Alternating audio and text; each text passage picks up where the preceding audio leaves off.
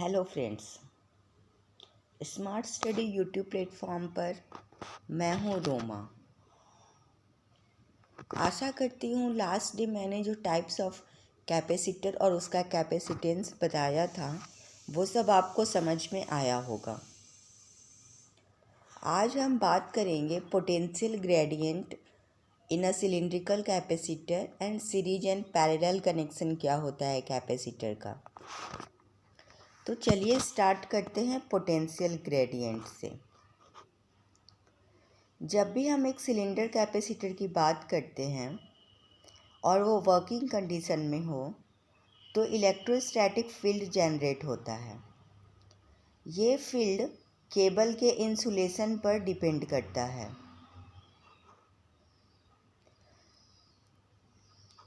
कितना electrostatic force लग रहा है ये इंसुलेशन पर डिपेंड करता है और इस फोर्स को हम डाइलेक्ट्रिक स्ट्रेस कहते हैं।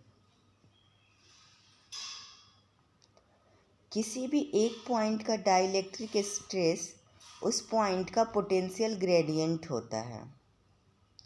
चलिए एक सिंगल कोर केबल एज्यूम करते हैं जिसके कोर का डाया डी मीटर और जो इनर शीथ है उसका डाया कैपिटल डी मीटर है और इसके बीच जो डाइलेक्ट्रिक है इंसुलेशन है उसकी परमिटिविटी एप्सिलॉन आर है। क्लियर। अब एक्स डिस्टेंस पर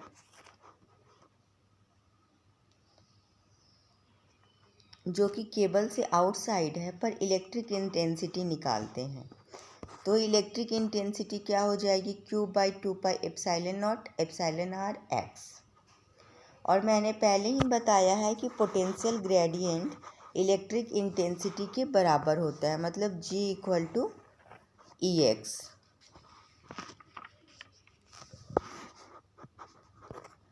तो x मीटर डिस्टेंस पर पोटेंशियल ग्रेडियंट को अगर हम g मानते हैं तो G=EX। तो EX की वैल्यू अगर हम यहाँ पुट कर देते हैं तो G क्या हो गया Q/2 epsilon naught epsilon R x.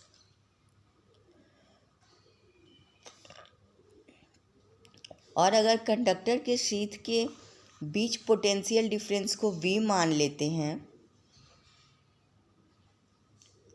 तो V Q/2 epsilon naught epsilon R log E d/d volt. और इसको सॉल्व करके हम Q का वैल्यू निकाल लेंगे।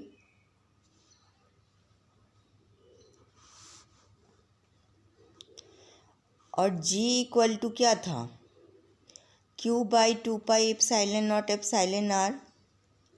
G था Q/2 epsilon naught epsilon R X. अब Q की वैल्यू को हम यहाँ पुट कर देते हैं तो हमें G की वैल्यू मिल जाएगी V/x log E capital D small d। ठीक है। यहाँ हम देख रहे हैं कि ये जो पोटेंशियल ग्रेडियंट है वो डिस्टेंस के इन्वर्सली प्रोपोर्शनल है।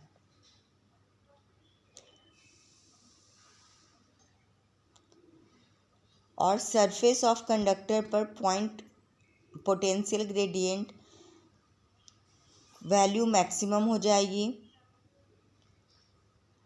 और शीथ सरफेस पर इसकी वैल्यू मिनिमम हो जाएगी। तो मैक्सिमम पोटेंशियल निकालने के लिए से ये फॉर्मूला हो जाएगा और मिनिमम का ये हो जाएगा। यहाँ स्मॉल डी है, यहाँ कैपिटल डी है। क्लियर। और अगर हम पोटेंशियल ग्रेडियंट मैक्सिमम को मिनिमम से डिवाइड करते हैं तो ये आ जाएगी शीथ का डाया बाय कंडक्टर का डाया। क्लियर यहाँ तक। मतलब डाइलेक्ट्रिक स्ट्रेंथ की वैल्यू कंडक्टर सरफेस पर मैक्सिमम होगी और जैसे जैसे हम कंडक्टर से दूर जाएंगे उसकी वैल्यू कम होती जाएगी।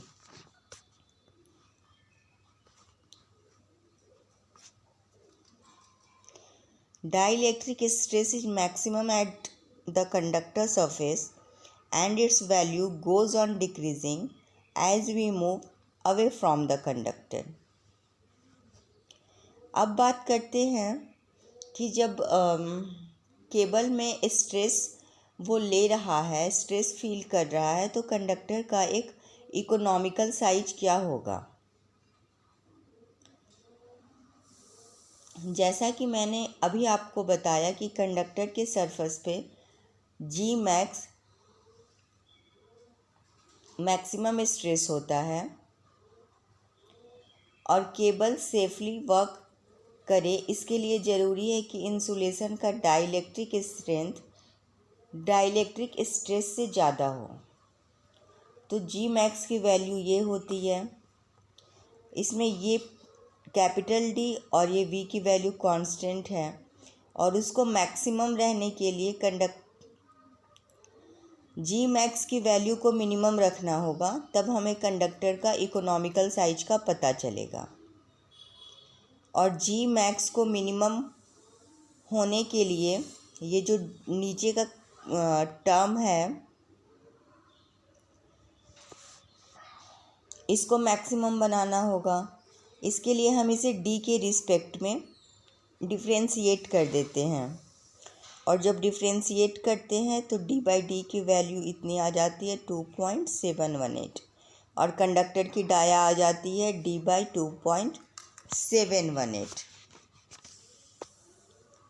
Clear.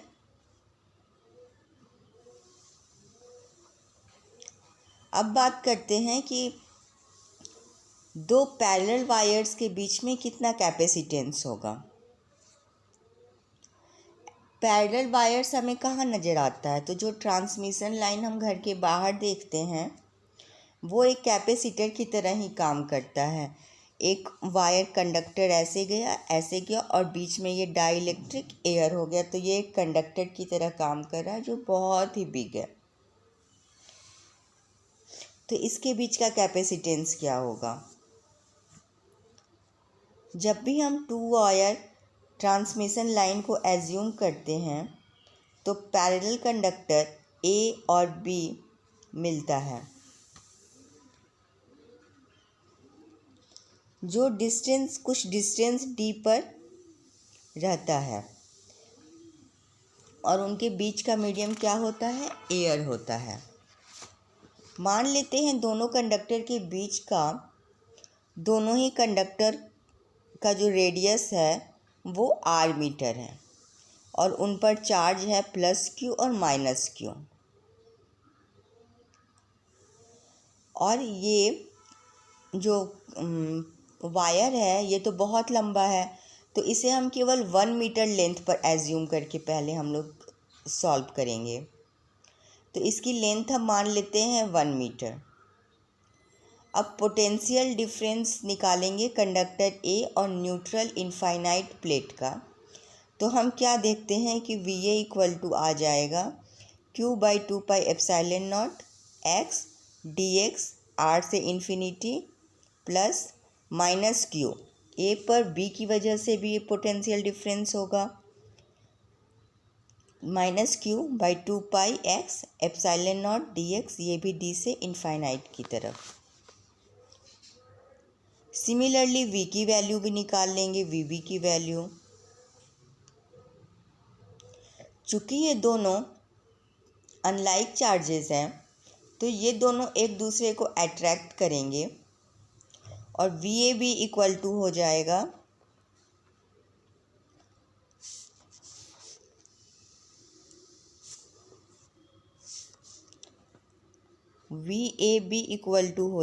We A minus V B, और वी बी तो पहले से वी ए के बराबर है और माइनस में भी है, तो ये हो जाएगा V A plus V B equal to 2VA। तो पोटेंशियल डिफरेंस दोनों के बीच का कितना हो गया, 2Q by 2 pi epsilon naught log E small D by R. और जब इसे सॉल्व करेंगे कैपेसिटेंस इक्वल टू होता है Q बाई पोटेंशियल डिफरेंस। जब इसको सॉल्व करेंगे तो हमें मिलेगा क्या, pi epsilon naught log E D by R. ये तो कैपेसिटेंस हुआ, हमने माना था कि ये लंबाई इसकी 1 मीटर है, लेकिन ट्रांसमिशन लाइंस तो बहुत लंबे होते हैं, तो मान लेते हैं कि उसकी लंबाई L मीटर है। तो उस कंडीशन में कैपेसिटेंस जो है वो भी L टाइम्स हो जाएगा और उसको L से मल्टीप्लाई कर देंगे। लेकिन अगर ये ट्रांसमिशन लाइन किसी मीडियम में है तो इसमें एक एप्सिलॉन R इंक्लूड हो जाएगा। क्लियर?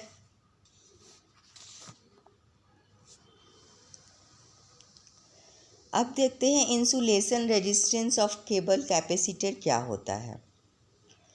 किसी भी सिंगल कोर केबल में कोर का आउटर शीथ के बीच जो इंसुलेटिंग मटेरियल यूज होता है उसकी थिकनेस इतनी होनी चाहिए कि वो लीकेज करंट को रोक सके, और इस लीकेज करंट का पाथ क्या होता है, रेडियल होता है, मतलब रेडियस के अलॉन्ग होगा। और ये जो इंसुलेशन है जो लीकेज करंट को रोकता है उसे केबल का इंसुलेशन रेजिस्टेंस कहेंगे। और ये रेजिस्टेंस जो है ये बहुत हाई होना चाहिए, मतलब अगर केबल कंडक्टर है, शीथ है, तो ये इंसुलेशन इतना हाई होना चाहिए कि लीकेज करंट इससे पास नहीं हो पाए। क्लियर? तो the opposition offered by insulation to leakage current is known as insulation resistance of cable. Clear? आइए एक सिंगल कोर केबल एज्यूम करते हैं जिसके कंडक्टर का रेडियस R1 है और इंटरनल शीथ का रेडियस R2 है। केबल का लेंथ L मीटर है और इंसुलेशन का रेजिस्टिविटी रो है। अब x डिस्टेंस पर dx थिकनेस का एक इंसुलेशन एज्यूम करते हैं। तो अब ये लीकेज करंट dx की तरफ फ्लो करेगा क्योंकि जो लीकेज करंट है वो रेडियली मूव करता है। और क्रॉस सेक्शनल एरिया क्या हो जाएगा, 2 पाई RL, और R का मतलब हुआ x और L रहेगा, तो इसका एरिया हो जाएगा 2 पाई XL। ठीक है। और रेजिस्टेंस बराबर क्या होता है,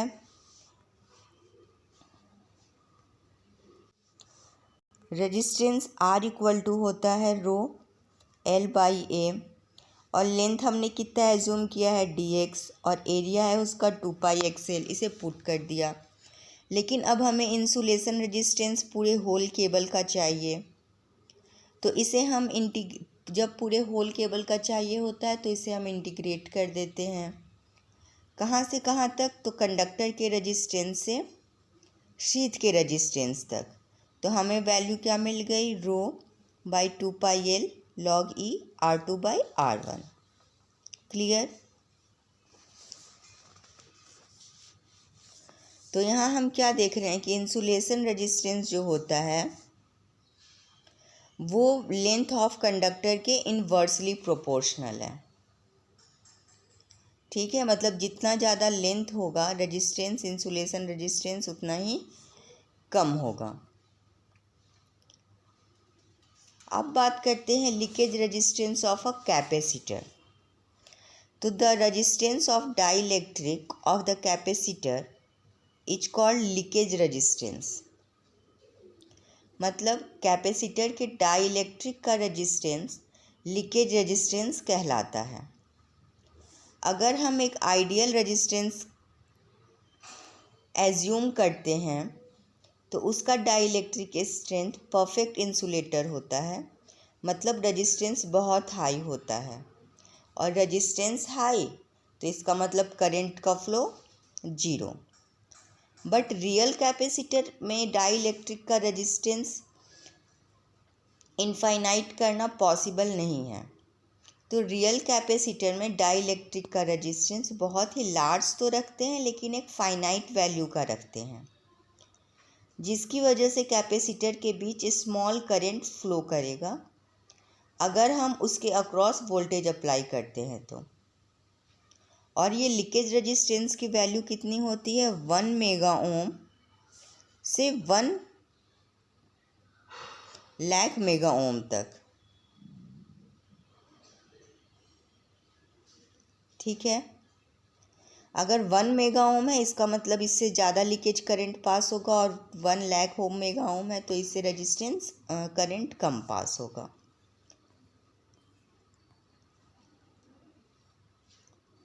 ये एक इक्विवेलेंट सर्किट है। यहाँ पर एक कैपेसिटर है और ये जो इसका लीकेज रेजिस्टेंस है इसे हमने इसके पैरेलली कनेक्ट कर दिया है, और ये दोनों का कॉम्बिनेशन जो है वो एक रियल कैपेसिटर कहलाएगा।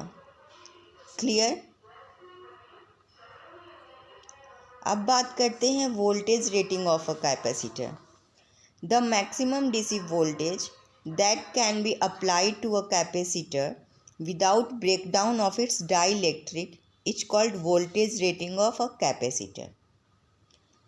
मतलब क्या हुआ, वो मैक्सिमम वोल्टेज जो हम कैपेसिटर के अक्रॉस अप्लाई करते हैं ताकि उसकी डाइलेक्ट्रिक ब्रेक डाउन ना हो, उसे हम उसका वोल्टेज रेटिंग बोलेंगे कि वो कितनी वोल्टेज को बर्दाश्त कर सकते। और अगर इस voltage reading of a capacitor को हम एक्सीड कर देते हैं, उसे ज़्यादा वोल्टेज दे देते हैं, तो उसका डाइलेक्ट्रिक ब्रेक हो जाएगा और जो दो कैपेसिटर प्लेट्स हैं उनके बीच करंट कंडक्शन स्टार्ट हो जाएगा, और इसकी वजह से वो जो कैपेसिटर है वो परमानेंटली डैमेज हो जाएगा। अब बात करते हैं कि अभी तक हमने क्या देखा था कि सर्किट में सिर्फ एक कैपेसिटर लगा होता था, लेकिन जब एक से ज़्यादा कैपेसिटर लगे हों तब क्या होगा, तो ये जो कैपेसिटर है ये भी दो तरीके से अरेंज होते हैं, जस्ट लाइक रेजिस्टेंस, या तो सीरीज या तो पैरेलल। तो पहले हम बात करते हैं कि जब कैपेसिटर को सीरीज में कनेक्ट करते हैं तब क्या होगा। इस कंडीशन में हम देख रहे हैं कि 3 कैपेसिटर है, C1 C2 C3, और इनके बीच का जो चार्ज है इन प्लेट्स पर वो चार्ज सेम है, लेकिन जो पोटेंशियल ड्रॉप है वो सबके अक्रॉस डिफरेंट है। लेकिन ये पोटेंशियल जो है ड्रॉप वो किसके इक्वल होगा, ये सप्लाई वोल्टेज V के बराबर होगा। तो हम बोल सकते हैं V equal to V1 plus V2 plus V3, और V1 इक्वल टू होता है Q बाई C1, तो Q into 1 by C1 plus 1 by C2 plus 1 by C3। Q को इधर लेकर आते हैं तो ये हो जाएगा 1 by CT equal to 1 by C1 plus 1 by C2 plus 1 by C3। Clear. अब हम स्पेशल केस देखते हैं जब केवल 2 ही कैपेसिटर हो, तो उस केस में ये हो जाएगा 1 by C1 plus 1 by C2। इसे सॉल्व करेंगे तो हो जाएगा C1 plus C2 by C1 C2। और जब CT की वैल्यू निकालनी हो 2 कैपेसिटर के केस में तो ये हो जाएगा कैपेसिटर का मल्टीप्लाई बाई कैपेसिटर का ऐड। जस्ट लाइक रेजिस्टेंस को जो हमने पैरेलल में कनेक्ट किया था, सेम यहाँ कैपेसिटर के सीरीज में होता है। क्लियर है। अब हम बात करते हैं ये कैपेसिटर को अगर सीरीज में कनेक्ट करते हैं तब क्या होगा। जब हमने 3 कैपेसिटर C1 C2 C3 को पैरेलली कनेक्ट किया तो उनके बीच उनके अक्रॉस जो वोल्टेज है वो तो सेम रहेगा, सप्लाई वोल्टेज के बराबर, लेकिन जो चार्ज है सारे कैपेसिटर पर वो डिफरेंट हो जाएगा। तो ये जो Q चार्ज अगर यहाँ से फ्लो कर रहा है तो ये Q1 Q2 और Q3 हो जाएगा। तो अब हम यहाँ लेते हैं Q equal to Q1 plus Q2 plus Q3, और Q1 इक्वल टू हो जाएगा C1 भी जब इसे सॉल्व करेंगे तो क्या आ जाएगा, Ct equal to C1 plus C2 plus C3।